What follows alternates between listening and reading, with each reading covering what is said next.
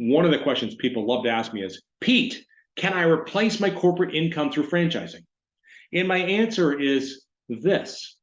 The financial performance of a franchise business depends 100% on you, right?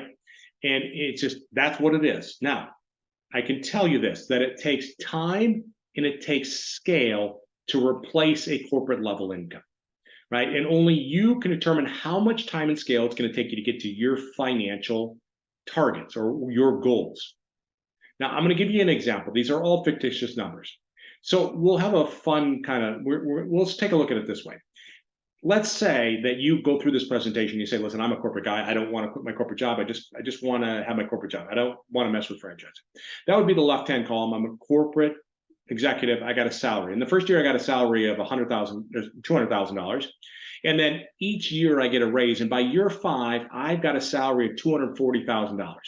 But unfortunately, I'm renting my income. If that company wants me no longer, that goes away, right?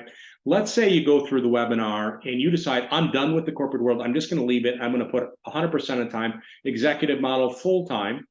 And I just want to invest in a franchise. That's going to be my primary focus, my primary income. And so I'm going to open up 3 locations in 3 years. So the first year, I get the first location open.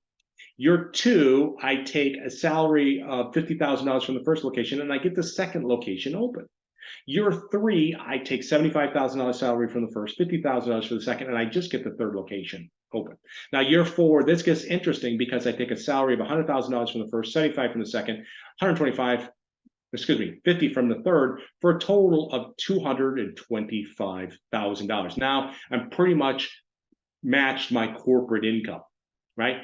Now it gets very exciting, year 5, where I take $125,000 from the first location, $100,000 from the second, 75 from the third. Now I've got an income of $300,000, plus I built an asset that I can sell.